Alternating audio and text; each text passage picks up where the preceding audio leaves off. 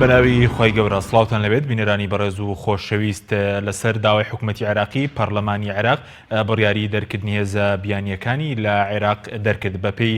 بڕیارەکەی پەرلەمان دەبێت هێزە بیانیەکان لە عێراق دەربچن و هەروەها هاوکاری هاوپەیمانی نێودوڵەتیشی ڕاگرت بۆ کە یارمەتی عێراقیان دەدا لە شەڕی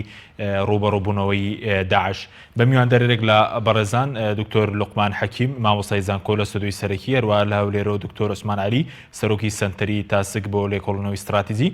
تاوتوی ئەم پرسە دەکەین سەرەتا راپۆرتێک دەبی.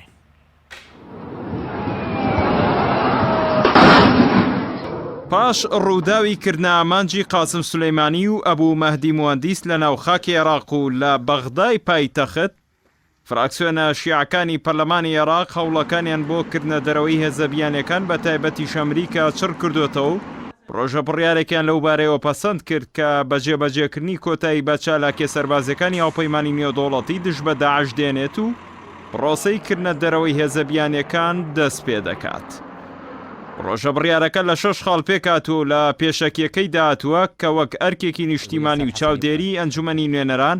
کە نوێنەرایەتی هەموو پێکاتەکانی عێراق دەکات و لە سۆنگەی سووربوون لەسەر پاراستنی عێراق و سەروەریەکەی ئەم بڕیارانە دەرکراون.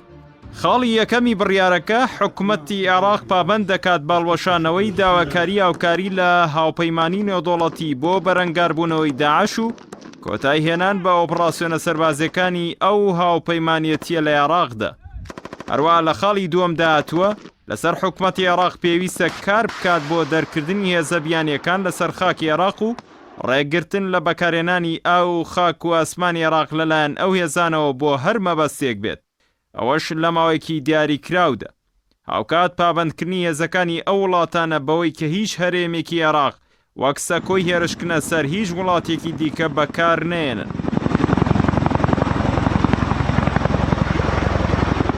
خاڵی سێمی پرۆژە بڕیارەکە پێویستی کردووە لەسەر حکوومەتی عێراق لە ڕێگەی نوێنەرەکەیەوە لە نەتەوەیە گرتووەکان کە وەزیری دەرەوەیە لە ئەنجومەنی یاسایشی نێودوڵەتی سکاڵا لە دژی ئەمریکا تۆمار بکات بەهۆی ئەنجامدانی پێشێلکاری مەترسیدار بۆ سەر سەروەری و ئاسایشی عێراق. هەروەها پرۆژە بڕیارەکە جەخت دەکاتەوە کە چەک تەنها لە دەستی حکوومەتی عێراقدا بێت و لێکۆڵینەوەی وردیش بۆ زانینی وردەکاری بۆردومانەکەی ئەمریکا ئەنجام بدات و لە ماوەی 7 ڕۆژدا ئەنجامەکەی ئاڕاستەی ئەنجومەنی نوێنەران بکات. لە خاڵی کۆتاییدا ئاماژە بۆ کراوەکان پرۆژە بڕیارە لە دوای دەنگدان لە سەری و پەسەندکردنی دەچێتە بواری جێبەجێکردنەوە. پەسەندکردنی پرۆژە بڕیارەکە لە کاتێکدا ماوەی چەند ساڵێکە بەشێک لەلایەنە شیعەکان هەوڵی دەرکردنی هێزە ئەمریکیەکان لە عێراق دەدەن، بەڵام لە ئێستادا کۆدەنگی لەسەر ئەو بابەتە لە ناو لایەنە شیعەکان دروست بووە و هەوڵی هەڵوەشانەوەی ڕێکەوتنی ئەمنی نێوان عێراق و ئەمریکا دەدەن کە تایبەت بە مانەوەی هێزەکانی ئەمریکا لە عێراقدا. ڕێکەوتنی ئەمنی کە بەشێکە لە ڕێکەوتنی استراتیژی نێوان عێراق و ئەمریکا لە کۆتاییەکانی ساڵی 2008 واژۆ کراوە. ئەم ڕێکەوتنە بە ڕەزامەندی و پەسەندکردنی هەموو هێزە سیاسیەکانی ئەو کاتی عێراق کراوە جگە لە ڕەوتی سەدر و حیزبی شیوعی. ڕێکەوتنی ئەمنی گرێبەسی پێدانی چەک و ڕایەنانی فڕۆکەی F-16 و تانکی ئەبرامز و جۆرەکانی دیکەی چەک لە خۆ دەگرێت بە بەهای 140 ملیارد دۆلار کە بە قستی درێژخایەن پارەکە دەدرێت. ئێستا عێراق جگە لە بەشی تایبەت بە پێدانی فڕۆکەی F-16 هیچ بڕەپارەیەکی نەداوە. لەو ڕێکەوتنەدا کاتی کشانەوەی هێزەکانی ئەمریکا دیاری نەکراوە، بەڵام ڕێگە بە هەردوو لادراوە کۆتایی بەکارکردن بەم ڕێکەوتنە بێنن لە ڕێگەی ئاگادارکردنەوەی لایەنی دووەم بە شێوەیەکی فەرمی. بەوەش دوای ساڵێک لە پێشکەشکردنی ئاگادارکردنەوەکە کارکردن بە ڕێکەوتنەکە کۆتایی.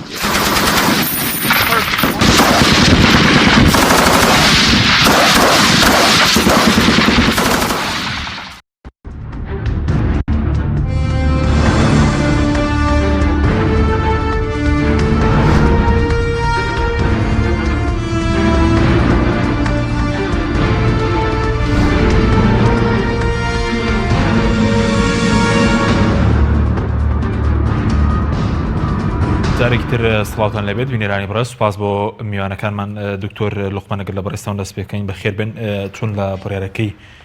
پەرلەمانی عێراق دەڕوانن کە بڕیاری داوای هێزە بیانیەکان منی هەموو هێزە بیانیەکان لە عێراق بچنە دەرەوە.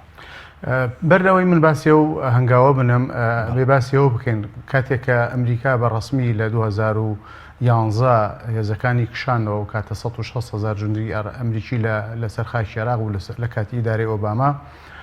و شتێک نەما بەناوی ئەوەی کە سیادا یاخود عێراق لە ژێر فەسڵی حوتە بەندی حوتی متحیدە موسێم نابوو. دوای 2011 و تحديدا ل 6 2011 عێراق بوو بە خاوەن سیادەوە لە ژێر فەسڵی حەوت دەرکرا. ئەمە تا 2014 عێراق خاوەن سیادە بوو، خاوەن سەروەری بوو و تەواجودی ئەمریکی ڕەنگە ئەگەر لە جۆرێک لە جۆرەکان تەنها وەکو استشارە یاخود تەواجدێکی زۆر کەم مابوو وەکو هاوپەیمانێتی یەک لەگەڵ عێراقدا. بەڵام بۆ خۆمان هەموو دەزانین 2014 ئەحداسەکانی داعشمان بەبیرەوە کاتێک کە عێراق تەنانەت خەریک و بەغدا بکەوێت عێراق بەڕسمی لە ڕێگەی ئەو کاتێ وەزیری خارجی عێراق هۆشێر زەباری داوای لە مرسل ئەمن کرد و متحیدە بۆ ئەوەی فریای بکەوێ و هاوپەیمانەکان ئەوە بوو هێزێکی هاوپەیمانی دروست بوو بە قیادەی ئەمریکاوە لەو سەردەمەوە کە عێراق ئەمریکا هاتووەتەوە ساحی عێراق و بەڕسمی و لەسەر داوای حکوومەتی عێراقی و ئەمە دووبارە بووە لە سەردەمی وەزیر خارجی دووەم ئیبراهیم جعفەری کەواتە تەواجدی ئەمریکیەکان لەسەر خاکی عێراق لە 2014ەوە لەسەر بنەمای داعوەتی عێراقی بووە. ئەم وجودە هەندێک جار من گوێم لێ دەبێ باسی ئەوە دەکرێت کە عێراق ئەمریکا بنکەی سەربازی لە عێراقدایە. ئەوە هەڵەیەکی زۆر گەورەیە بێت جایکەینەوە. ئەمریکا هاتوۆتەوە لەسەر داوای حکوومەتی عێراقی هاتوۆتەوە لەو شوێنانەی کە تەواجدی هەیە لەگەڵ جێشی عێراقیە وجودی هەیە. واتە ئەو بنکە سەربازیانە بنکەی سەربازی عێراقین بەڵام ئەمریکیەکان هاوبەشن و تەدریبی هێزی عێراقی و ئەو هاوکاریە لۆجستیە سەربازیە کە لە سەردەمی داعشەوە دەست پێکردووە وجودی هەیە. بەڵام ئەحداسەکان جۆرێک لە جۆرەکان ئەو ململانەیە کە لە نێوان ئێران و ئەمریکادا هەیە بە جۆرێک لە جۆرەکان ئێستا قۆناغێکی ترەوە لە دوای کوشتنی قاسم سولەیمانی و ئەو ئەحداسانی کە ڕوویدا ئێستا دۆخەکە چۆتە قۆناغێکی ترەوە. بڕیاری ڕاستپاردنی ئەبێ ئەوە بڵێن بڕیاری ڕاستپاردنی پەرلەمان بۆ حکوومەتی عێراق بەڵام حکوومەت چێ ڕئیس وزەرا ئێستا مستەقیلە کەواتە لە بنەڕەتدا یەکێک لە خەسائیسی سیاسی خارجی هەر دەوڵەتێک دەسەڵاتی تەنفیزیە پەرلەمان دەسەڵاتێکی تەشریعیەوە ئەگەر هەر بڕیارێک پەرلەمان دەریکا ئەگەر حکوومەت ڕازی نەبێ ئەوە ناچێتە بواری جێبەجێمان زۆرە بڵین لەسەر داوای حکوومەتی عێراق بوو چووکە لە سەرۆکی پەرلەمانتی لە داوای حکوومەتی عێراقم بڕیارە دەردەکەین کە لە پێنج بڵێ ئەمە ڕاستپاردەیەکە بۆ حکوومەتی عێراق بەڵام ئێستا حکوومەتی عێراق بۆ خۆی حکوومەتێکی کاربڕێکەرە و بێت تا ئەو کاتە چاوەڕێ بکەین حکوومەتی تازە تەشکیل بکرێتەوە لەسەر ئەم شەش خاڵی کە پەرلەمان بڕیاری داوە بەڵام ئەمە ڕەنگە قورس بێ کۆمەڵێت تەداعیاتی گەورە دروست دەکا و جێهێڵانی ئەمریکا لە عێراقدا فەراغێکی ئەمنی گەورە دروست دەکا و پێم وایە عێراق بەرەو تونێلێکی زۆر تاریک هەنگاو دەنێ چ جای ئەوەی کە ئەمڕۆ بینیمان لە ناو پەرلەماندا بڕیارەکە سیمایەکی تائیفی بەحتی پێوە دیار بوو نە کورد بەشدار بوو و نە سونەش بەشدار بوو ئەمە جۆرێک لە جۆرەکان دەرفەتێکی خراپ دەڕەخسێنێەوە ئەوەمان بیر دەخاتەوە بە درێژایی دروستبوونی ئەو دەوڵەتەی لە بین دوو کەوانە کە پێی دەڵێن عێراقێکی دەست کرد هەموو جارێک ئەم سێ پێکاتەیە کورد وە سونەوە شیعە لەسەر ئەحداسەکانی عێراق ڕێک نەکەوتون هەمومان لە بیرمانە 2023 کە عێراق دەڕۆخێت نظامەکەی دەڕۆخێ سونە لە شیوە نابوو و کورد لە شاییا بوو سونە شیعەش پێی خۆش بوو ئێستا پێچەوانە بۆتەوە ئەمڕۆ کورد جۆرێک لە تەحەفوز پێی ناخۆشە کە ئەمریکا دەچێتە دەرەوە هەروەکو چۆن لە 2011 کورد بەڕسمی ئەعلانی کرد کە حەز ناکەین ئەمریکا هێزەکانی لە عێراق بکشێنێتەوە بەڵام دەبینین شیعە پێی خۆشە و سونەش ناڕازیە کەواتە ئەم دووبارە بوونەوەی لە مێژوودا لە ساڵی 1920 کە عێراقی لەسەر دروستکراوە تا ئێستا ئەم سێ پێکاتەیە بەردەوام بەرژەوەندەکانیان وا دەخوازیە گۆڕانکاری بکرێتەوە بۆیە ئەم جاریان خۆناغێکی هەستیاری زۆر گەورە تێدەپەڕێەوە کورد و سونە بە جۆرێک تەسەوڕەکەم ناوچەکانی کوردستان و ئەو شوێنانەی کە سونن کە قاعدەی ئەسەد ئەمریکای لێ تەواجدەوە لە دەوروبەری مووسڵ و شوێنانە گۆڕانکاریکی جەزری بێتە ئاراوە. بەڵێ سپاس دەکەم دکتۆر عوسمان جەنابیشت بەخێر بەی پێ دوایە بڕیارەکەی پەرلەمانی عێراق دەچێتە بواری جێبەجێکردنەوە بۆ دەرکردنی هێزە بیانیەکان کە جگە لە هێزی ئەمریکی مەسەلەن هێزی بیانی وڵاتانی تریش لە عێراقەیە؟ سڵاو بینەرانتان و بیسەرانتان سڵاو لە جەنابت و میێوانەکەت بەڵێ یعنی ئەو قەرارە بەو ئاسانیە نییە چەند ڕاندێکێ ئەو قەرارە بەس قەرارێکی ئاسکەری نییە قەرارێکی سیاسیە و ئەمەوێ بڵێم چەند ڕەهەندێکی ئابرووشی تیادایە بەڵام پێش ئەوەی بێمە چەند جانبێکی تەکنیکیەیە ئەم قەرارە لە مادەی 24دا لەم ئیتفاقی کە پێڵێن ئیتفاقی تاری استراتیجی لە 2011 حوتی یانزەی 2008 تەوقیع بەڵێ 8 تەوقیع کرا چی ئەڵێ بۆ ئەم قەرارە تاکو ئیلغا بکرێت ئەبێ دوو حکومەت قرار وەرگرن لەیرە حکومت قراری وەرنەگردووە وەکو دکتۆر لوقمان ئەڵێ ئەمە وەزیرێکی سەرۆک وەزیرێکی کاربەرێکەرە هیچ ئەو سەلاحیەتەینی ئەمە بکە دووەم ئەم قەرارە هەروەکو جەنابتان کەناڵەکەتان لە راپۆرتەکەی ئاماژەتان پێی کرد ئەبێ لایەک ئاگاداری لایەتتر بکە بەڵام ساڵێکی پێویستە حتا ئەو قەرارە جێبەجێ بکرێت لەناو ئەو ساڵەدا بەڵام ئەمە میلیشیای شیعە ئەو ساڵە چاوڕێ ناکەن ئەوان لە ئیستەوە ئەعلانی شەڕیان کردووە دژی وجودی ئەمریکی لەبەرەوە یعنی ئەم قەرارە بوارێکی ترشەیە حەزەکەم ئاماژەی پێ بکەم ئەم قەرارە ڕەبت بوو هەر وەکو دکتۆر حەکیم ئاماژەی پێکرد بە مەسەلەی دەرکردنی عێراق لە بەندی حوتی مەجلسی ئەمن ئەوە یعنی ئەمریکا ئەتوانێت ئەگە بیوێ زیاتر عقوبەی عێراق بدا سەر لە نوێ ئەم مەسەلەیە وەکو لێ ئیثارە بکاتەوە لەبەرەوە یعنی ئەم قەرار بالمناسبەش بەندی حوت عێراق چێتە ژێر بڵێن وەسایەی المتحدە بە تایبەتی مەجلس الئەمن ئەبێ لەو کاتەدا راپۆرتێکی بەردەوام هەبێ مەجلس الئەمن وجودی هەبێ لە ناو عێراقا ئاگادار بێ ئایا ئاسایشی نەتەوەیی و ئاسایشی ئیقلیمی عێراق و دەور و پشتەکانی لە مەترسی دانین چونکە وڵاتێکە چێتە ژێربەندی حوتەوە کە ئاسایشی نەتەوەیی یان ئاسایشی ئیقلیمی بکەوێتە مەترسیەوە یان عێراق ببێتە مەصدەرێک بۆ تەهدید بۆ سلمی ئیقلیمی و عالەمی عێراق لەو زوروفەدایە ئەمریکا ئەتوانێت ئەمریکا دەتوانێت چی بکات ئەگەر بچێت بەڵێ ئەمریکا ئەتوانێت ئەو مەسەلەیە سەر لە نوێ ئیتارە بکاتەوە لە ئومەم متحیدە جگە لەوەش ئەمریکا ئێستا پارێکی حتا بانقی مرکزی عێراقی لە بەغدا لە ناو شوێنێکە کە ئەمریکیەکان مسەیترن بەسەری جگە لەوەش پارەیەکی زۆری خەزینەی عێراقی لە ئەمریکایە بە بلیۆنەها دۆلارە ئەمریکا ئەتوانێت دەست بخاتە سەر ئەو پارەیە بڵێ لەبەرەوەی عێراق قەردارە و عێراق چەند وڵاتێک ئەبێ تاویدی کۆیت و ئەمانە بێ یعنی بەڕاستی عێراق خۆی خستە بە بۆچوونی من یەکێ لە دەرەنجامەکانی ئەم قەرارە لە ئەم شەوەوە عێراق وەکو ڕژێمێکە بێت بالضبط وەکو ئەو ڕژێمەی لە سەنعایە یعنی بە کولیەن چووە مەعسکەری ئێرانەوە و نظامێکی زۆر تووشی عوزلەیەکی دەولیە بێ و ئیتر بەشێک بە شێوەیەکی فەرمی وەکو بەشێک لە ئێران معاملە ئەکرێت یعنی بۆ ئەم قەرارە وەکو دکتۆر لوقمانش وتی ئەمە قەراری میلیشیاتی ئیرادەی میلیشیاتی بەرجەستە کردووە نەک شعبی عێراقی و نەک شیعەش چونکە شەقامی شیعە لە بەسراوە حتاکو بەغدا لەگەڵەوە نین و لەگەڵ حکمی میلیشیا نین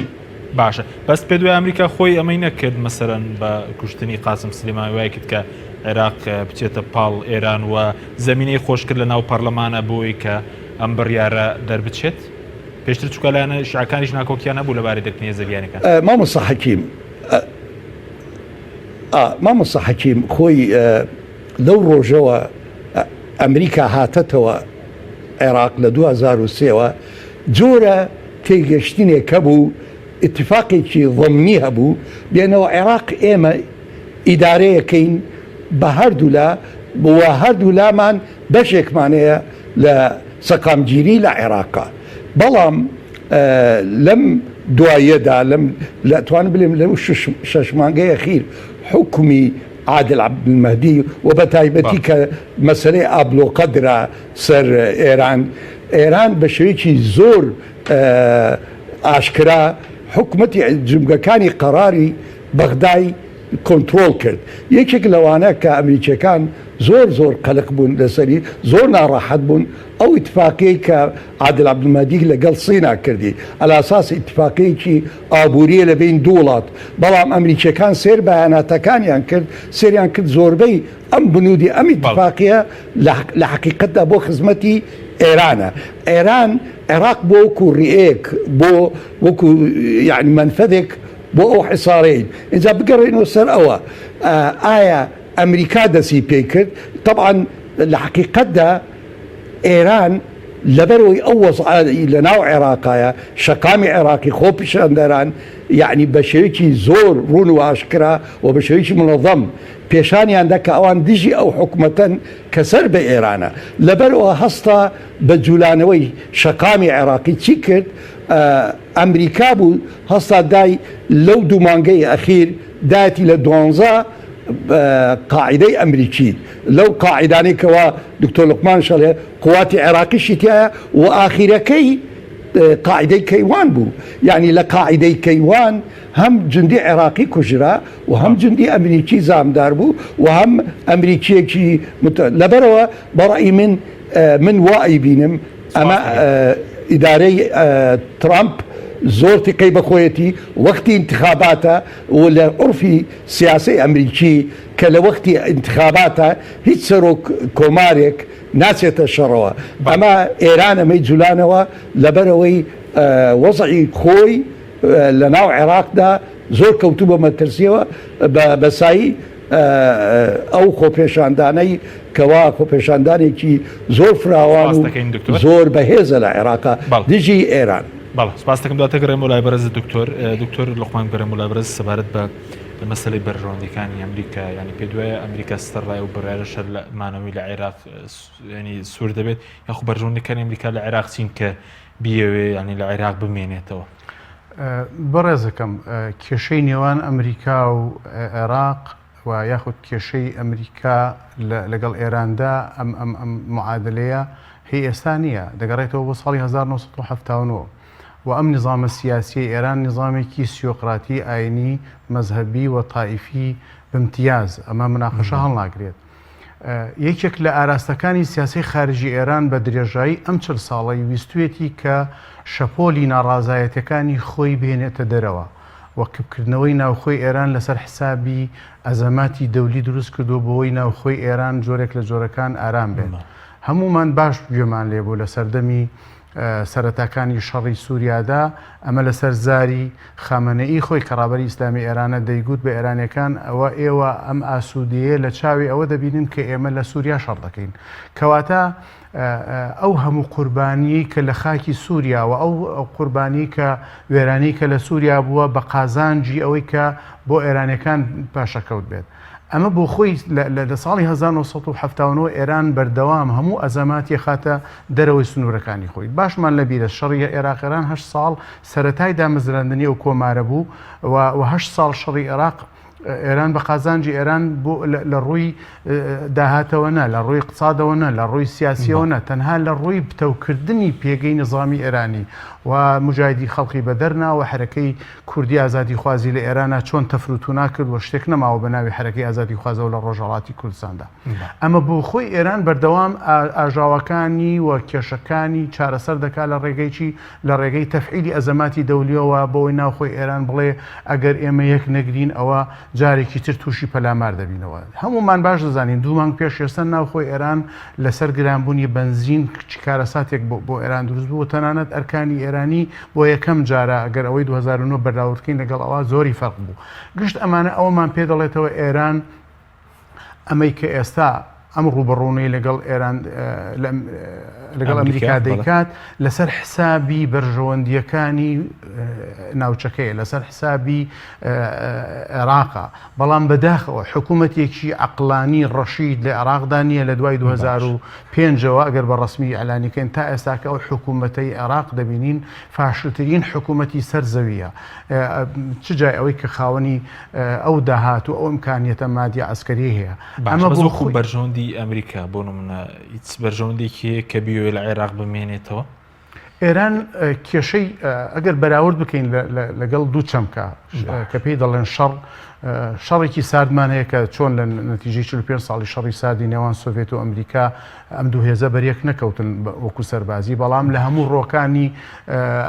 ئەمرازەکانی شەڕ قسووریان نەکرد ئایدۆلۆژی و سەقافی و سەربازی و تا دوایی ئێران بە حکومی ئەم 40 ساڵی حکومڕانی بەردەوام شەڕی ساردی لەگەڵ ئەمریکا کردووە لەگەڵ نارەکانی کردووە لەگەڵ ئیسرائیل کردوێتی و هەمووشی بە قازانجە وشکایەوە باش بەڵام مێژوو پێمان دەڵێ ئێران زۆر چکە اتفاقی شەڕی جیهانی دووهەمی لەبەر چاوە و ئەو دابەشبوونی کە لە نەتیجەی ئەوەی کە داخلی قواتی تحالفی دەولی ئەو کاتی بۆ دژایەتی ئەڵمانیا داخلی ئێران بوون جارێکی تر ئەوە دووبارە ناکاتەوە ناوخۆی ئێران جۆرێک لە جۆرەکان شیرازەیەکی ئیمبراتۆریە بەڵام ئیمبراتۆریەتێکی هەشە و سەردەمی سەدەی 21 سەردەمی ئیمبراتۆریەت بەسەر چووە یعنی ئێستا بە درێژایی مێژوو ئیمبراتۆری عوسمانی ئیمبراتۆری نەمسای مەجەڕی و ئیمبراتۆرەکانی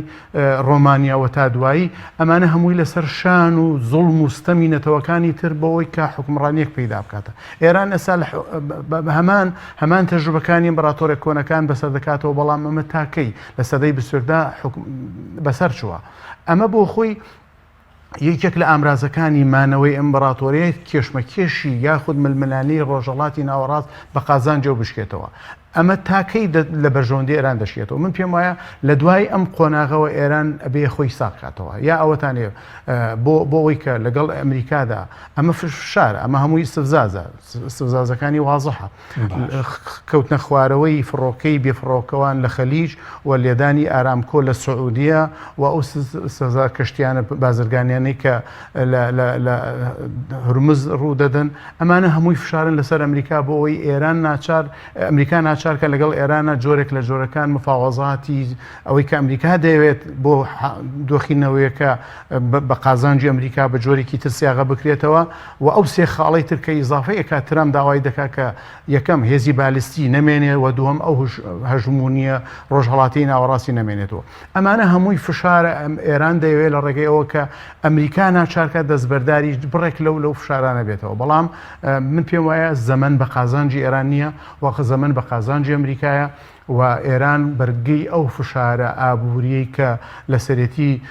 تا درێژە بکێشێ بە قازانجی ئەو نییە بۆیە هەموو ئەگەرەکان ئەوەیە کە تەنیا و تەنیا ئەسفزازی ئێران دەکاوە بەرژەوەندەکانی ئەمریکا لە ناوچەکە خاتە ڕەشەوە لەمە زیاتر ناتوانێت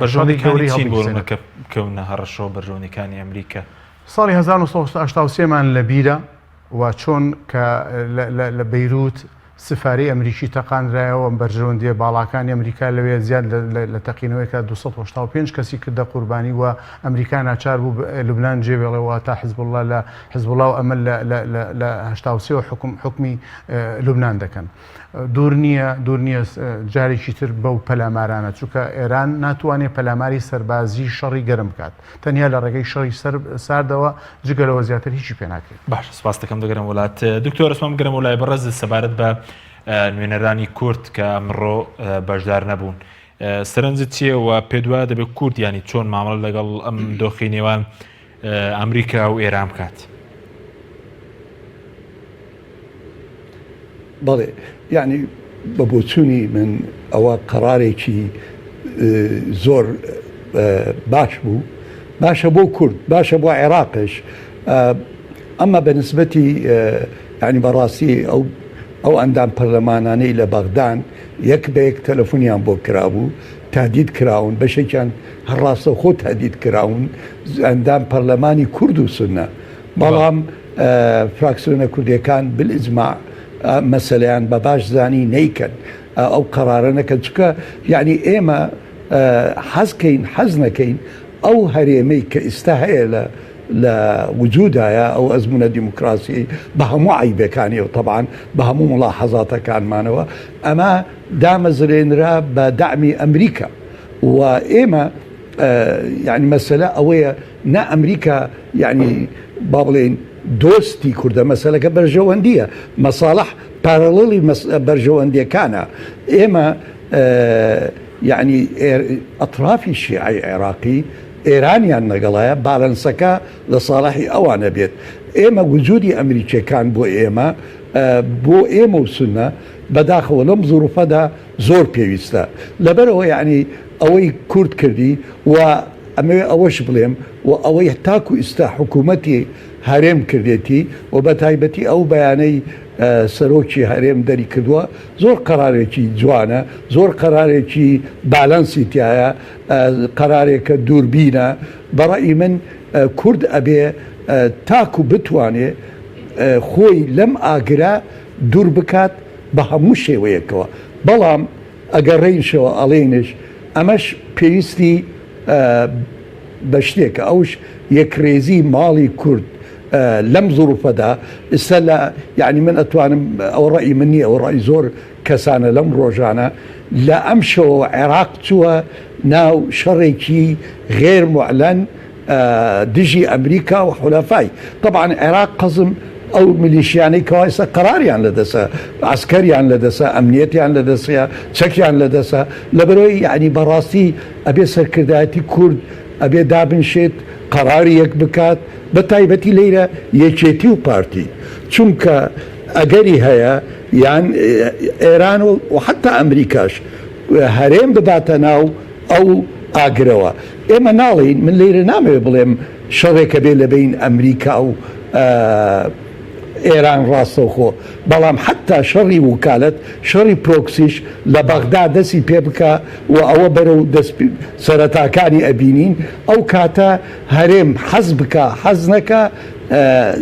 ڕاکێشێتە ناو ئەو شەڕەوە اینجا هەرێم ئەبێ هەموو ئەگەرەکان سەرکردە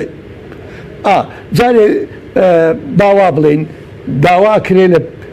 لە عەشائیری سونەی عەرەب لە مەودووە ڕۆڵێکیان هەبێت و دعمە کرێن بەرەو بەغدا بێن و لە هەماشت هەرێم قیادەی هەرێم وەکو 2003 پێشمەرگە ئەبێت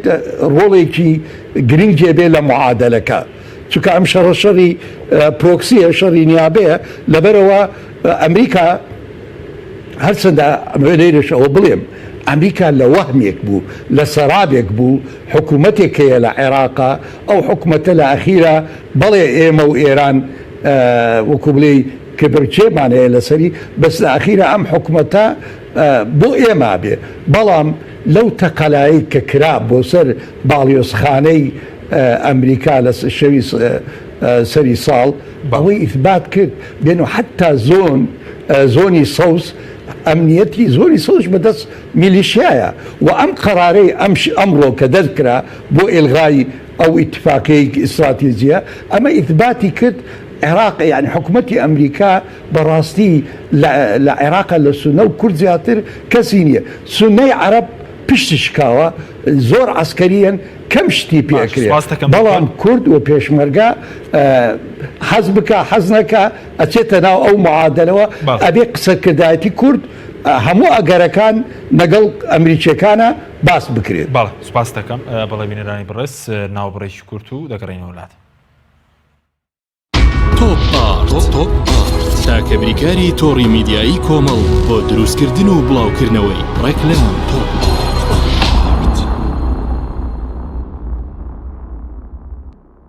ئایا تا ئێستا کێشەی کارەبات هەیە؟ بێزار بوویت لە کێشەی کەمی کارەبا و بڕانی بەردەوامی؟ بە دوای کارەبایەکی بەردەوام و بێکێشە و تێچووی کەمدا دەگەڕێیت؟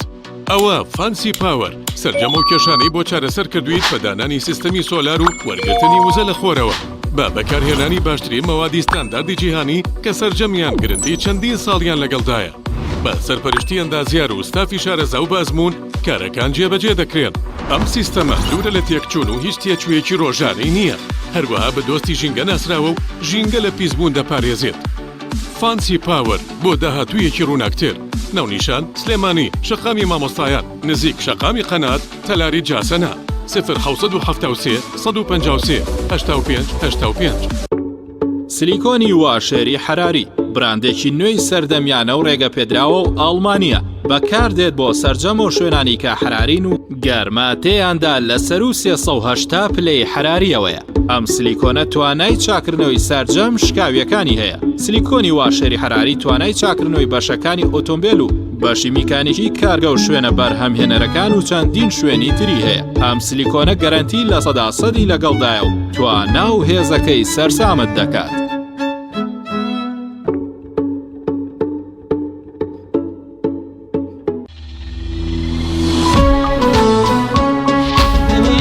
چی بخوازێ ئارەزووتان لارچی بێ برنجیمانیا بەدەستم بە ئاسانی دروستە بێ کاتێ هەموو شێت تاڵ بوو خۆشترینیان دێتە سەرمێت تەموو چێژی برنجیمانیا یەکری داگرن ئامێ لە ڕۆژی لەدایک بوونتە تۆ شایستەی جوانترینی ئەمەوێ هەموو دڵخۆش بن تۆ شێش لە ژیان ببینی برنجیمانیا هێزی خوانە شایستەی ماڵ میوانە. برنجی 11 هندی و 11 پاکستانی مانیا بە تام و چێژ و ناوازە و تەنیا تاکە برنجە لە هەموو ئەوروپا بەکاردێنرێت. ئەم کوڕانەوی چالاکە حەزی لە چپسێکی چاکە بۆیانینی لای تاکە زۆر تەندروستە و زۆر پاکە. ئەم چەشناوی پاریە حەزی لە چپسی نینیە نینی تامی سروشتیە هیچ چپسێک وەک ئەو نییە. هەژوانیش کوڕێکی جوانە حەزی لە ئاهەنگێرانە لە یادی لەدایک بوونەکەی چپسی نینی بوو هەڵبژار دەکەی. نینی هاوڕێی مناڵانە تامی خۆشە و بێزیانە بۆن و ڕەنگی هەمە جۆرە شێوە و قەپارەی زۆرە. بشاری نینی تامێکی لە یاد نەکراو. تۆپ تاکە بریکاری تۆڕی میدیایی کۆمەڵ بۆ دروستکردن و بڵاوکردنەوەی ڕێکلام تۆپ.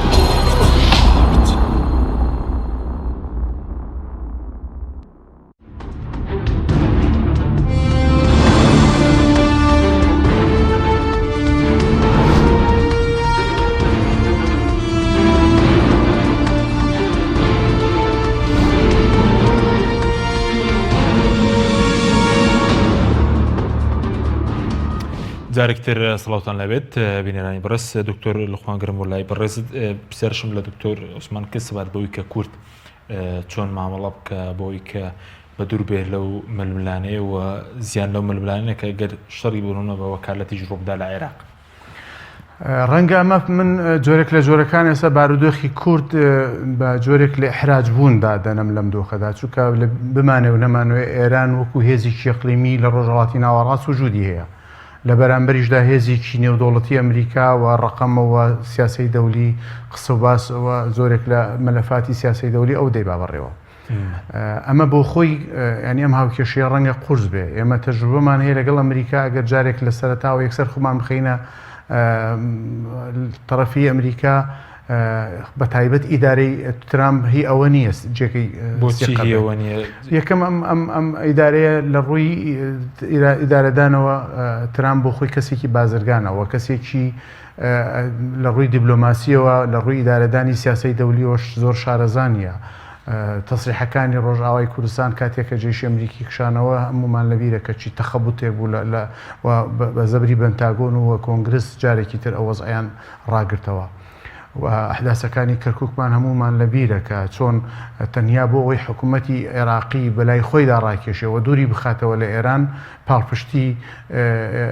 عێراقی کردووە ئەو زەبرە کوشندەیە کە بەر کورد کەوت لە دوای ڕفراندۆمە من جۆرێک لە جۆرەکان بۆ ئێرانی دەگەڕێنەوە. ڕاستە تورکیا دەستی هەبوو ڕاستە بەڵێ ئەگەر ئەمریکا زەو ئەغزەری نەدایەتە حکوومەتی عێراقی و دەبابەی هەمەرزی ئەمریکی نەی دەتوانانی ئەو بکات لە کەرکووکە و ناوچەکاندا ئەمە بۆ خۆی کورد دەرسی لەمە وەرگرتووە جێگەی سیقە نیە ئەمریکیەکان بەڵام ئەگەر بەراوردێک بکەین لەوەی کە ئێستا لە نەتیژەدا ڕەنگە لە دوور مەودادا کورد نەتوانێت هاوسەنگیە بەردەوام کاکە ڕۆک و دکتۆر ئاماژەی پێکرد کە هاوسەنگی بپارێزی ڕەنگە تا دوور مەودا نەتوانێت ئەمە بکە. پێم وایە من باشترین خیار لەسەر ئەوەی کە کورد ئێستا چی بکە یەکەمین هەنگاو ئەوەیە ڕیزی ناوماڵی خۆی یەک بخاتەوە و جۆرێک لە جۆرەکان ئەمە خیتابی حزبی و ئەوە بەلاوە بنرێت ئەمە بکرێتە پرۆژەیەکی نیشتمانی و بکرێتە پرۆژەیەکی نەتەوەیی بکرێتە ئەوەی کە جامعی دۆلی عەربی چۆن هەیە واتە یەکێتیکی نەتەوەیی بۆ ئەم قەزەیە چونکە ئەمە قەزەیەکی مەسیریە مەسەلێکی هندی هەیە دەڵێ ئەگەر فیلەکان بە شەڕ بێن گژوگیاژێر پێ دەکەوێت واتە ئێمە ئەبێ حسابی ئەوە بکەین چونکە شەڕی 8 ساڵ عێراقمان لە بیرەکە کوردستان چۆن دێهاتەکان و کورتی زەرریشی گەورەی کرد کەوتینە ژێرپێی دوو زلهێزین ئەو کاتێ عێراق و ئێران چجای ئەوە گەر ئەمریکا و ئێران بە شەڕ بێنەوە بۆیە ئەبێ ئەوە زۆر لە بەرچاو بگرین و ئەمریکاش حساب بکەین. پێم وایە ئەوە خیارەی سەلیمەی کە کورد ئەبێ هەنگاوی بۆ لەم دۆخدا چجای ئەوە وەکو لە هەڵسو کەوتە بێلاین بێ بەڵام لایەنێکی دیبلۆماسی ئێستا وەرەقەیەکی باش بەدەستەوەیە کە کورد من پێم وایە ئێستا دۆخی بەغدا ئیتر بەرەو عەزل دەچێت و حکوومەتی بەغدا ئیتر لە ڕووی نێودوڵەتیەوە بەرەو عەزل دەچێت هەر لە دوێنێەوە ئەوەتانێ ناتۆ کشایەوە هێزەکانیە و پەیمانان مەشق و سەربازیان لە عێراقدا هەڵپەسارد ئەمە بۆ خۆی بیدایەتی عەزلبوونی حکوومەتی عێراقیە کەواتە لێرە بەدەوە حکوومەتی عێراقی جۆرێک لە جۆرەکان ئیتر پێویستی بە کووردا پێویستی بەوە هەیە کە کەسێک دەستی بگرێ پێم وایە ئێمە بیر لەوە بکەینەوە ئەگەر بەهەیە چاوەڕێ ئەوە بکەین کە ئەمریکا ئاژاوەیەک یا گژیەک دروستکە ئێمە جارێکی تر هێزی پێشمەرگە بەرینەوە کەرکووکیان ناوچە ناکوکان من پێم وایە هەڵەیەکی استراتیژی گەورەیە ئەبێ ئیش لەسەرەوە بکەین لەگەڵ سونەدا ئێمە جارێکی تر سونە مادام هاتەوە ڕیزی ئەوەی کە ئەمریکا بپارێزێ لێرە ئەمە 2003 نیە بۆیە کورد ئەبێ ئەو هاوکێشەیە بخۆزێتەوە لە ڕێگەی عەشایرەکانی سونەوە خۆشبەختانە ئێستا کە هێزێکی زۆریان و عەشایر و ڕموزی زۆریان لە هەولێرە ئەمە خاڵێکی وەرچەرخانە و خاڵێکی ئیجابیە و ئەبێ لە ڕووی دیبلۆماسیشەوە لەگەڵ ناوەندا هێزێکی وا دروست بکرێ هێزێکی دیبلۆماسی یاخود فەریقێک دروست بکرێ بەوەی کە هەوڵی ئەو بدرێت بچێتە بەغدا لە ڕێگەی سەر و کۆمارەوە سەر و کۆمار ڕەمزی عێراقە و ڕەمزی پاراستنی دەستوری عێراقە ئەگەر چی من پێم وایە تازە عێراق ئەوە نەکەین بەڵام بەر لە خیاراتی تر ئەمە بگرێتەوە دەست بۆ ئەوەی لانی کەم حکوومەتی عێراق ناچارکەین ئەو پەنامان بۆ بەرێ نەک ئێمە پەنابەرینەوە بۆ ئەو پەنامان بۆ بەرێتەوە کە ناچاریکەین کە حکوومەتی عێراق بگەڕێتەوە بۆ ئەوەی کە فەراغی ئەمنی کە هێزەکانی ئەمریکاگە دەربکرێ بە هێزی پێشمەرگە ئەوە خۆی داوامان لێ بکاتەوە و ئێرانیش پێم وایە بۆ ئەم هەڵوێستە ڕەنگە فشار لەسەر عێراق دروستکاتەوە کە هاوکاری کورد بێ بۆ مەبەستە کە تا ئەو شوێنەی کە ئێران قەنەعەت بکات کە کورد نەچوەتە سەنگەری ئەمریکاوە بەرامبەر بە. سپاس دەکەم دکتۆر عوسمان گەرم بۆ لای بەڕێزت سەبارەت بە شەڕ ینی پێ دوایە شەڕی ڕوبەڕووبوونەوەی ڕاستە و خۆ دەوێت یاخود ینی دوورە لەم باردۆخەم بۆ ئێران هەم بۆ ئەمریکاش چوا قسێک شێ لەسەرەوەی کە ترامپ پێیان وایە بە کوشتنی قاسم سلێمانی خۆی ڕزگار کرد لە لێپرسینەوە دوایەوەی کە لە ئەنجومەنی نوێنەران بڵین پەسەند کرا بۆی لە ئەنجومەنی پیران لێپرسینەوە کە دەست پێ نەکات. بەڵێ یعنی شەڕی ڕاستە و خۆ لە بینی هەردوو وڵات زۆربەی محللەکان بە دووری ئەزانن لەبەرەوەی ئێران دڵڕوفێکی زۆر سەختە بارودۆخێکی ئابووری سەختە و لە هەمان کاتشە لەم ساڵەدا دووجا شەقامی ئێرانی تەقیێتەوە دژی ئەو ڕژێمە و بە شێوەیەکی زۆر ئاشکرا و بەهێزەوە لەبەرەوە ڕژێم زۆر تیقەی بەخۆی نییە و لەلایەنی ئابووریەوە لەلایەنی چەکەوە لەلایەنی زۆر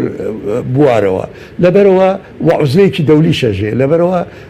بەسایی مەسەلەی اتفاقی نەوەوی ئێستا ئیتحادی دووەلی ئەوروپاش ئەمانش لەگەڵ ئەمریکان لەبەرەوەی عەبەر ئێران ئەوە ناکات بەڵام لەم لاشەوە سێری ئەمریکا بکەی سەرۆک ترامپ لە مەسلەی لێپرسنەوە دەرچوو چونکە لە مەسلەی لە ئەوە لە ئەمریکا دوو پەرلەمانەیە یەکێکی ئەوەی کەوا دیموکراتەکان هینن زیادەیانەتیایە ئەوان لەوێت چوو بەڵام لە کۆنگرس لە مەجلیسی شیوخی ئەمریکی ئەوە زۆربەی جمهوریەکانن ئەوانە یعنی ئەو مەسلەیە لێپرسنەوە بۆ ترامپ مەسەلە نییە ئەوە مەسلەیەکی مەترسی نییە دووەم شێتش زۆربەی ڕاپرسەکان پێشانی ئەدا تاکو ئێستا ترامپ پێی ئەچێ بباتەوە لە هەڵبژاردننی کەوا مانگی 11 ئەکرێت لەبەرەوە دوایشە تۆزە پێشستا ئاماژەم کرد لە عرفی سیاسەی ئەمریکا ئەوانە شارەزان لە کاتی هەڵبژاردنەکانە هیچ سەرۆک کۆمارێک ناچێتە شەڕی دەرەکی ئیلا ئەگەر شەڕێک فەرز کرابێ لەسەری یانش ئەو سەرۆک کۆمارە بزانێت کە سوورە ئەدۆڕێت لەبەرەوە یعنی ئەمە بە شێوەی گشتی ترامپ پێویستی بەوە نییە دوایی ئیجا دێنە مەسلەی ئەوە ئایا ئەمریکا ئەوێت سیاسەتی ئەمریکا ترامپ زۆر بە سەراحەت ئەڵێ ئێمە شەڕی ڕاستە خۆمان لەگەڵ ئێرانە ناوێت بەڵام ئێمە لە پرۆکسەکانی ئێرانە دەین ئەوە بۆ کەمکردنەوەی هەژمونی ئێران و لە هەمان کاتۆکو دکتۆر لوقمان وتی هەتاکو ڕازی بکە بێتە مفاوەزات بەڵام مامۆستا حەکیم ئەمە لێرە شتێکش بڵێم ئەوە معنای نییە هیچ سیناریۆیەک نییە ئەم دوانە نەکەونە ئەم دوو وڵاتە نەکەونە بەرامبەر یەکتری چونکە لە زانستە سیاسیەکانی خوێنینەوە ئەڵێ ڕژێمە دیکتاتۆریەکان ناتوانن بژێن بە شکستێکی دەرەکی لە ناو وڵاتی خۆیان بۆ مانەوەیان دائیمان ئەبێ سەرکەوتوویان ئەبێ ئینجا ئەو سەرکەوتووە دەستکرد بێ وامی بێ حەقیقی بێ بۆچوونی من ئێران دەسەوە شێنێت دەستوەشانەکەیشی ئەگەڕێمەوە ئەڵێم بەسایی پرۆکسەکانی و بەڵام بەعزە نووسەران ئەڵێن احتیمالی هەیە لە ئەخیرا هەردوو لە بچنە ناو شەڕەکەەوە باشە بەس چۆن لە ڕێی چیەوە بۆ نمونە ئێران و ئەمریکا شەڕی وەکالەت دەکەن مەسەلەن لە ناوچەکە لە چ ڕێگەیەکەوە بۆ نمونە ئەوە ئەمریکا یعنی ئێران ئەوەی وت ئەڵێ ئێمە هەموو قەواعدی عسکەری ئەمریکیەکان تارگت وەکو بڵێ هەدەفێکی شەرعی ئێمەیە ئەمریکیەکان وجودیانەیە حتا دوێنە وەزیری دەرەوەی وتی ئێمە حتا لە قاعدەی عەدید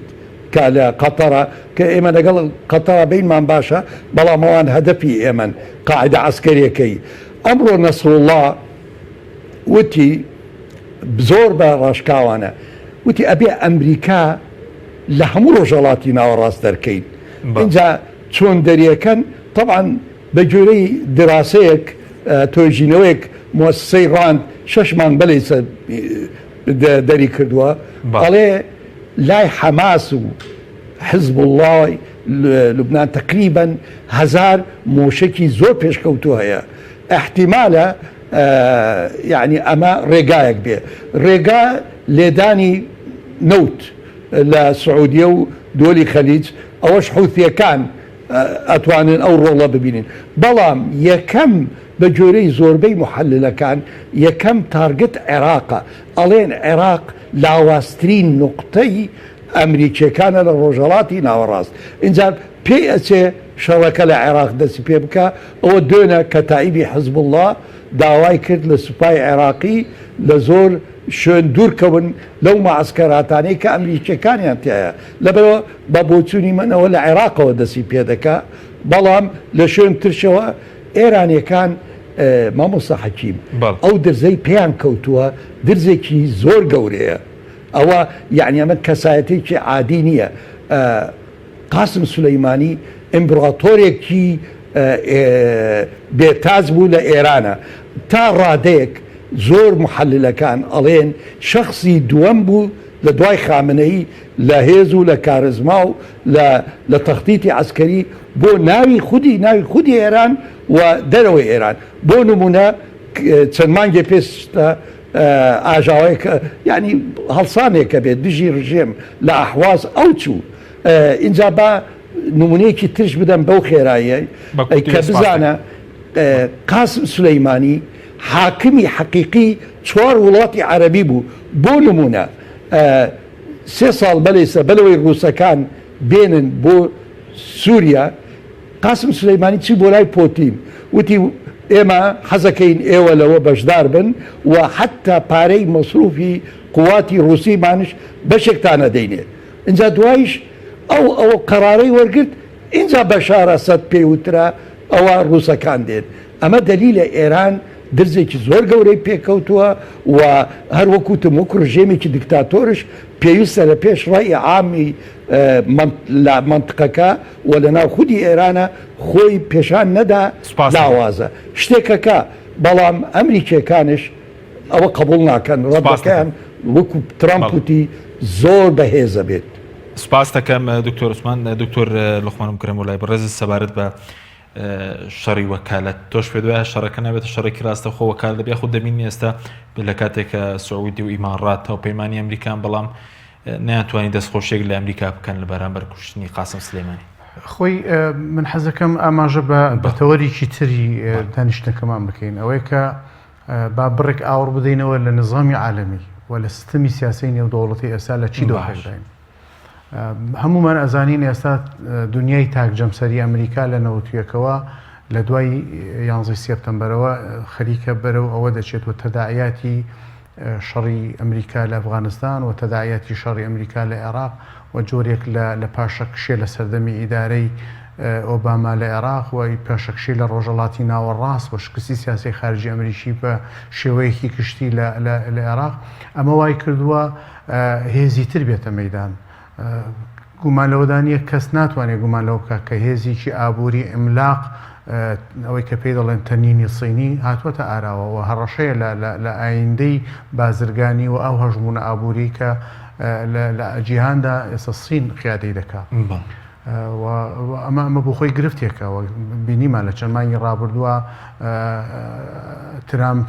لە ڕێگەی ئەو هەڕەشە بازرگانیەوە کە لەگەڵ سیندا دەکاوە بەردەوام و توێژ و دانوستانەکانی لەگەڵ سیندا تەنانەت قەزەی شەریکی هەواویش هاتەپاڵی ئەمانە بۆ خۆی گرفتی گەورن کە کەواتە هێزێکی ئیملاق هاتووەتە ئاراوە کە هێزی ئابووریە ئەمە گرفتێکە هێزێکی ترکە زۆر باشە هێزێکی ترەوەی کە ڕووسایە کەواتە پێم وایە ئێستا لە دوای 2005 بەدواوە کاتێک کە ئێرانیەکان داوای هەژمونیان داوای نفوزیان لە ڕۆژهڵاتی ناوەڕاستا کرد لە سەردەمی بۆشدا ڕەفزی کرد ئەمە وای کرد کە ئەو ڕەفزبوونە جۆرێک لە جۆرەکان سین و رووسیا ئەمە بقۆزنەوە و ئەمرازی شەڕی سین و رووسیا کرا بە ئێران و ئێستا ئێران شەڕی نیابە بۆ سین و رووسیا دەکا بەرامبەر ئەمریکا باش ئەی هاوپەیمانەکانی ئەمریکا سعودی و ئیماراتوانە بە کورتی پێ حەلقەی زەعیف چۆن ئێمە لە هەرێمی کوردستاندا حەلقەی زەعیف هەرێمی کوردستانە لە عێراقدا باشە بە حکمی ئەو جوغرافیاوە کە مساعد نییە حەلقەی زەعیفی دووهەمی هاوپەیمانەکانی ئەمریکا لە ڕۆژهڵاتی ناوەڕاستە وڵاتانی خەلیجە هەرێک لە ئیمارات و لە سعودیە هەمومان دەزانین ئەوە چەند ساڵە سعودیە چۆن گیری خواردۆ بەدەست وەکیلەکانی ئێرانەوە کە حوسیەکانە ئەمە بۆ خۆی گرفتێکی گەورەیە. سپاس دەکەم سپاس بۆ وەرزان دکتۆر لوقمان حەکیم مامۆستای زۆر لە سوودی سەر کێرەوە لە هەولێرەوە دکتۆر عوسمان عەلی سەرۆکی سەنتەری تاسک بۆ لێکۆڵینەوەی ستراتیژی سپاس بۆ بینەرانی بەڕێز سپاس بۆ هاوکاران تا بەرنامێکی دیکە خواتان لەگەڵ.